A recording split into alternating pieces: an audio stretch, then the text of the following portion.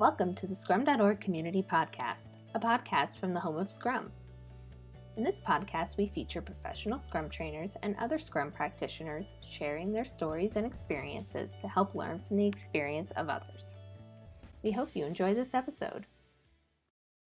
Hello and welcome to the Scrum.org Community Podcast. I'm your host, Dave West, CEO here at Scrum.org. This is a podcast from the home of Scrum. In this podcast, we actually feature professional Scrum trainers. And today we have two professional Scrum trainers and other Scrum practitioners are sharing their stories and their experiences. And hopefully you can learn from it. Now, we're very excited today because we actually have, this is a sort of a version 2, the second release, the subsequent additional episode with 3 amazing authors and also trainers. And I was going to say thought leaders, but I don't think we like that anymore. Certainly thought invokers in our industry. So we're very fortunate to have today with us Kurt Bittner, Lawrence Bonnema, and Ron Eringa.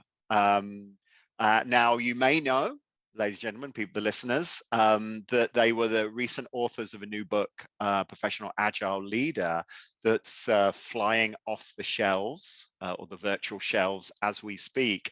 And we recently did a podcast on the book, which some of you may have listened to. This is the second conversation around leadership because there's been so much interest. So thanks for joining us, gentlemen, today. You're welcome. Thank you, Dave. Glad to be And here. it is great to have you here from the Netherlands and from Colorado. And I'm obviously speaking you from the home of Scrum in Boston, Massachusetts. So gentlemen, great book. Lots of really positive things I've been seeing in the Twitter sphere and on LinkedIn, etc. Saw the book launch party, but there's a topic that has been, spoken about. Kurt, you wrote an article about it recently. The dual operating model. It seems to be creating some, I don't think confusion, but there's definitely lots of questions around it. So maybe before we get into the sort of nuances, I'd love to have it described. Kurt, you wrote an article recently. Can you sort of like describe what the dual operating model is for our listeners? Yeah, so basically, whenever an organization, a traditional organization that's organized hierarchically, managers having departments, managing teams, et cetera, you can think of that sort of pyramid picture. Whenever they start trying to adopt an agile approach, they typically carve off an agile team off to the side. They give them a product that they can work on independently, and they have sort of cross-team connections to various managers in the traditional organization who can help that team, in theory, with things that they need. So they might have a relationship between the agile team and the head of software development, and the agile team and the head of IT operations and HR, and this all works pretty well to get started. I mean, there is really no other way to get started.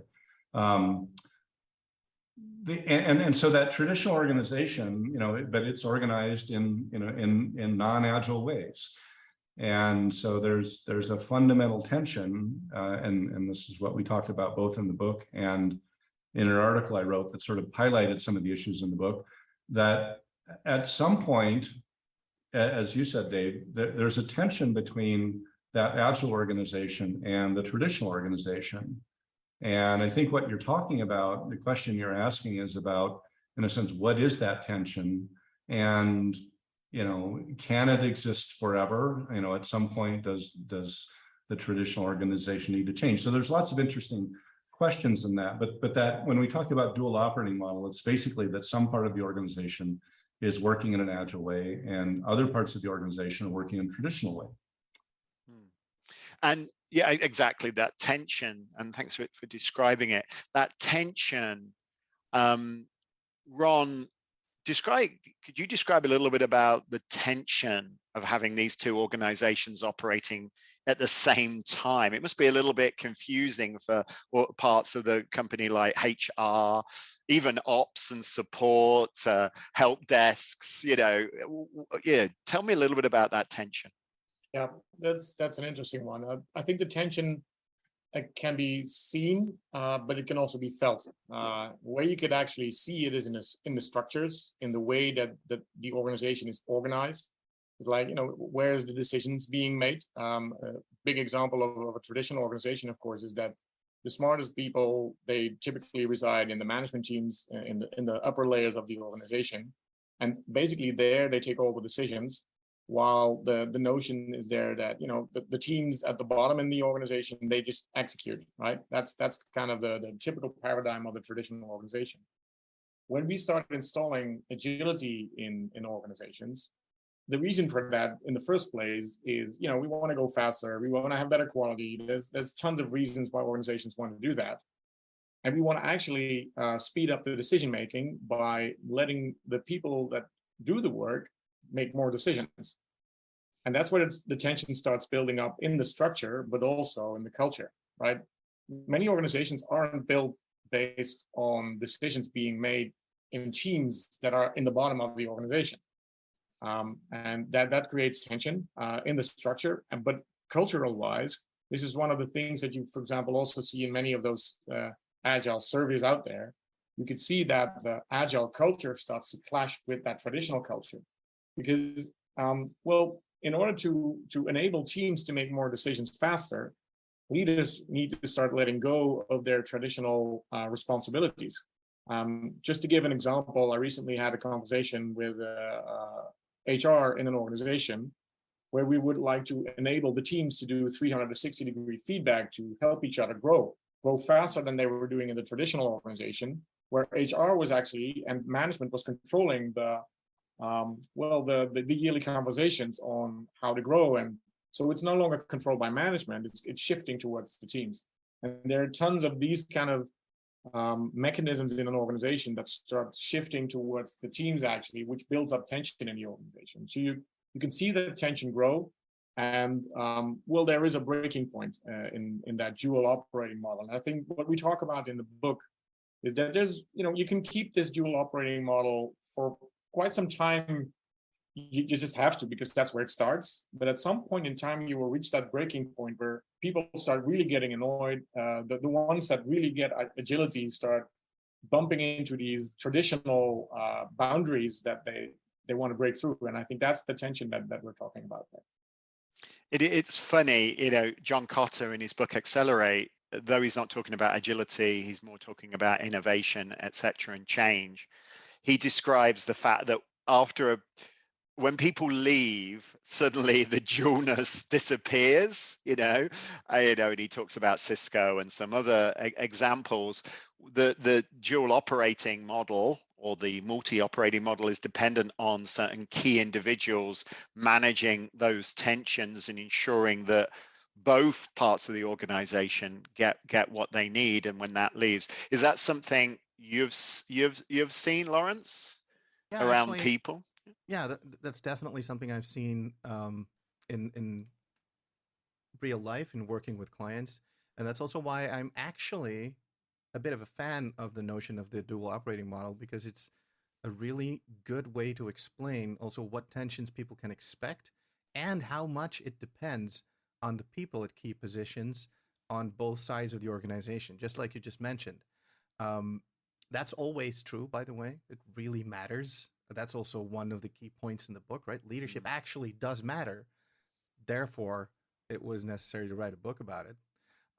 Also in an agile context. What I find, though, is that the notion of the dual operating model sometimes becomes a little bit of dogma in and of itself, right? So you have to have one. And that, of course, is not true. You don't have to have one. It's just it's more like a fact of life. And talk about facts of life. I've also never really seen the other end, maybe in smaller startups, but I know precious few companies that really have no sense of duality at all. And to me personally, that makes sense, right? Because there's always parts of the organization that actually don't do really complex work. And I'm not saying that the people there, that they're not smart. It's just the work that they do does not require them to work in an agile fashion. And when that's not required, it actually makes sense to not do that. So in my opinion, that is where the dual operating model actually does have a future. But arguably, as things become more complex over time, generally, I'm thinking most organizations will have a big honkin' agile section and a rather small non-agile or classic or maybe just differently optimized section and a little bit more plan driven. I don't think that that is bad. I think it's bad to want one or the other. But I do see how it could be problematic to essentially say, yeah, you have to do both. Yeah, maybe to add, Lawrence, if I may, because you kind of touched something important there. I have been working with a few small startup kind of companies, and they are actually struggling with, like, they need more structure, but they don't want to be this hierarchical organization. And what I typically see in these type of companies, there you can actually skip the whole dual operating model because they're used to having, agile cells, as we call that in our book. So if you have that, that's maybe a good starting point to really start from scratch and don't look at the dual operating model. But most of the corporates, like Lawrence just described, they just inevitably have to go through that period of where we have both systems in place. So as prior to Scrum.org, I was chief product officer at a startup. And as we grew, though we started very agile, and in fact, cross-functional teams that never really had all the skills to do anything. It was one of those sort of situations. As we grew and we got financed, it became harder and harder not to bring hierarchy and structure in, primarily because of one word: risk, or perceived risk.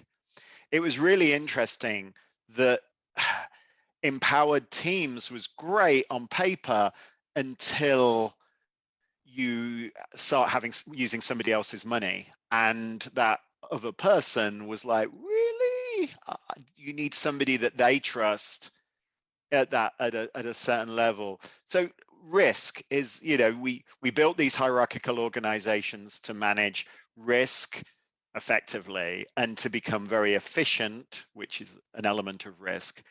How do you manage to deal with that risk element in this dual operating sort of model-y kind of way? Kurt, you've got some perspective on this. Yeah. So there's maybe a couple of things to think about when you think about that risk, how to manage that risk effectively. And one is that self-management of a team it's not a binary thing. It's not, you're not either self-managing or not self-managing. It's really on a full spectrum.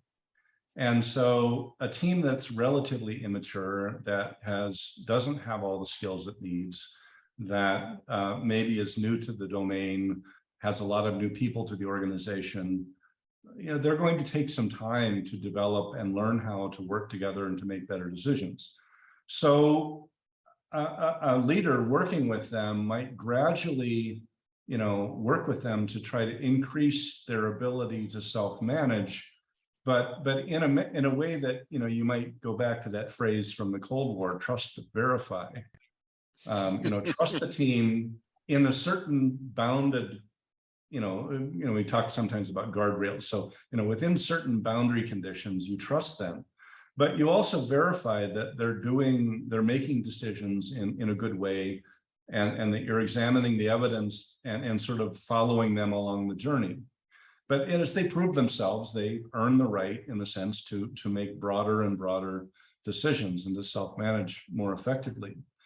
So that's one thing, is that, it's a sort of, trust but verify on the part of the manager. The second thing is that there's this concept that we often talk about in Scrum that is very important here, and that's called bottom-up intelligence. And so the assumption that somehow management has more knowledge and more expertise and more visibility into the problem, and that they're better able to measure risk and make appropriate decisions, is sometimes a fallacy, because they're further away from the problem.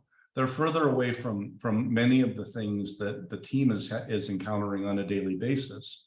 So, it's so yes, the venture capitalists and other people who give you money are sort of addicted to this traditional organization of, the big hero leader who makes all the right decisions. But the reality is that the team might actually be able to make better decisions and better able to manage risk if they're given the right tools and help to develop.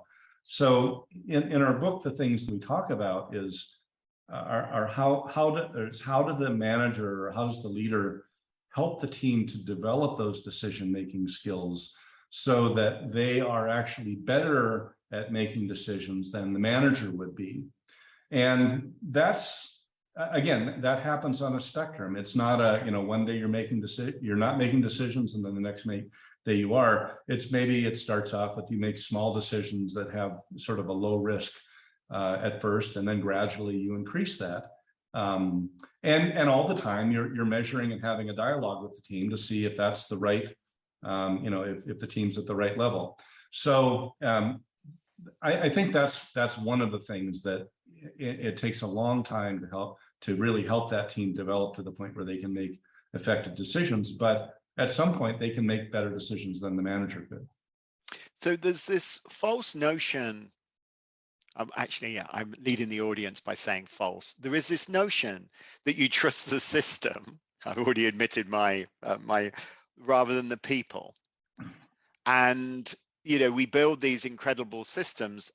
Kurt, you and I back in the day were on calls arguing about $100 expense, and spending significantly more money arguing about the expense than we actually done. But the system was built in a way that protected the company from you and I spending ridiculous amounts of money on magazine subscriptions or whatever. And is it true that agile leadership is about, and agility is about trusting people rather than systems, or do we still need to have the systems in place? What's the relationship between those two? Who wants to talk about that? I think you're spot on there, and also that's the touchy subject, because it's both, really. And I think in agile environments, people start to recognize that it's people who are responsible for creating that system. So the system is of crucial importance, the system of agreements that we make together, and then it all depends on the people. And what we've done in terms of risk management is create a system where we assume that people are evil and they're stupid and they would buy magazine subscriptions if you just give them the right to do so, or at least if you give them the corporate credit card, all hell will break loose. And that's actually not true. You can just give them some rules. One of the rules could even be don't buy anything stupid that arguably has nothing to do with the business that we're running here. And it could be even more specific, but no hard control. And then when somebody actually does end up buying lots of irrelevant magazine subscriptions, you just fire them. That could be part of the system. And then 90% of the people, because it's really that big of a number, would just do well, right? So they wouldn't make the mistake that you've created a straitjacket type system to limit, or maybe even try and eliminate that risk. And I think that is the change. There is a different sense of risk, because the flip side of risk, of course, is opportunity. And with all that risk management that we do, we also stifle a lot of opportunity for innovation. And that is usually, as Kurt mentioned, that comes from the people who actually do the work, who know what they're doing. If you hired the right people, again, that's a leadership thing. But if you hired the right people and you give them the right environment, and together you create the system within which to operate effectively, that in and of itself is a better de-risking strategy than having an elaborate framework that essentially puts a straitjacket on people. I recently read the Tesla employee handbook. I don't know if you read it. I was thinking about that. Yeah. Yeah. It was having visited them and being a keen fan of their tech and what they're doing in the world. But what was struck me, and Joe Justice talked about this in a talk around this, was the fact that you can buy anything you want, but you will get fired if it's stupid. And I was like, wow. So for instance, if you're in the production system and you need, a different oil for your machine or whatever, I don't know, you literally can buy it. You can go to central purchasing. If they can't get it quick enough for you and you think you can drive around to the local Walmart and get it quicker, then do it. But if it's stupid and sets fire to the machine, you will be in trouble and you will be fired. And I think that is an interesting culture change, because frankly, nobody ever got fired in the old system.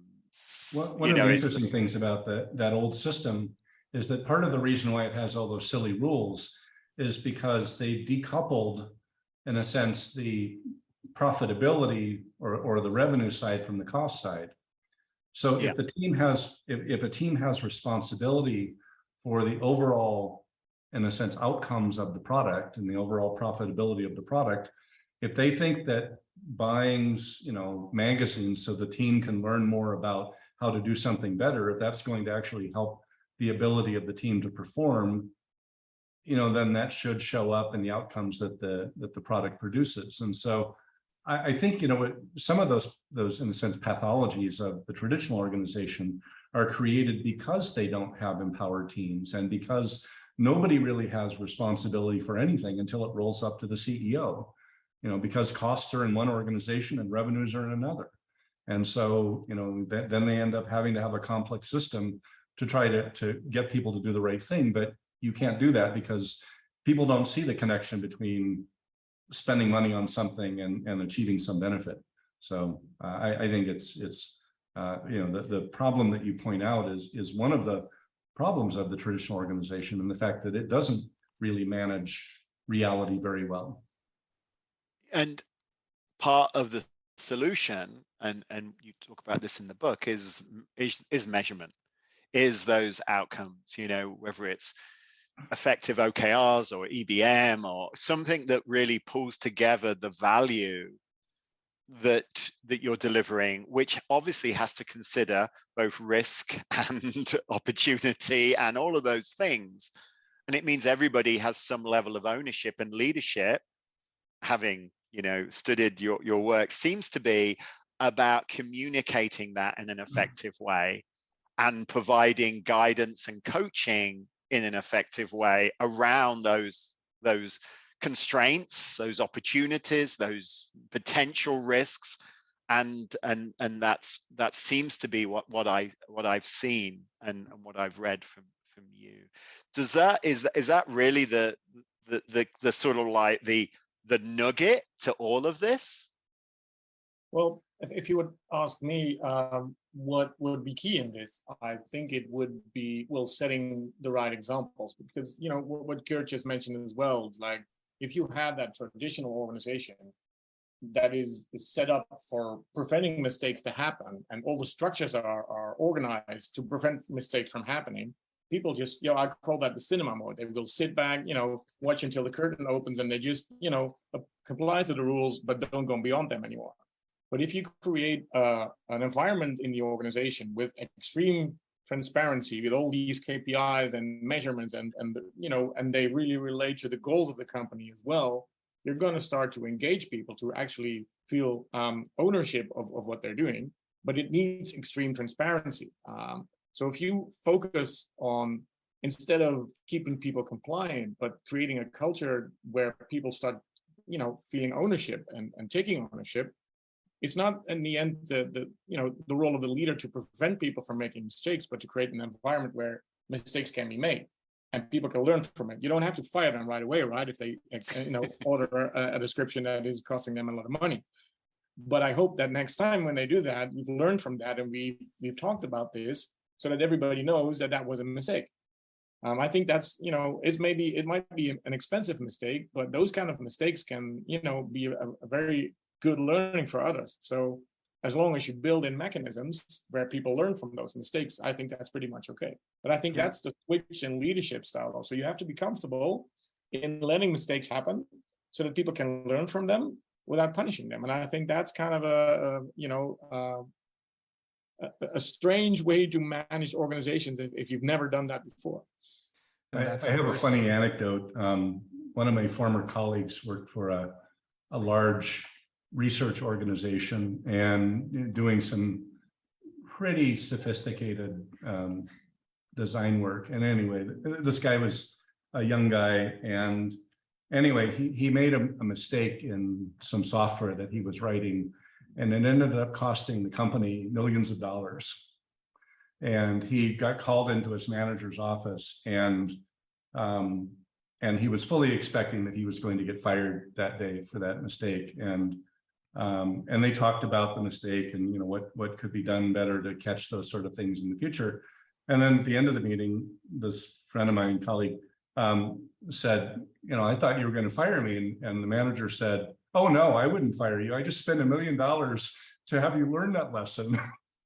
We need to share that with other people. So anyway, it was a good illustration, even many years ago, that there were some people who have always been working in this servant leader way, and that making mistakes is the way that you learn, and how you react to that really, I think, for me, is the hallmark of leadership. And that's where the dual operating model where we started actually comes back into this, because it's like a pathway from an organizational structure where you essentially think you're doing risk management, but in actuality, you're doing like opportunity prevention. And then you move across the bridge to the other side, so to speak, and provide some examples, but also some real support for that kind of behavior with examples like the one that Kurt gave.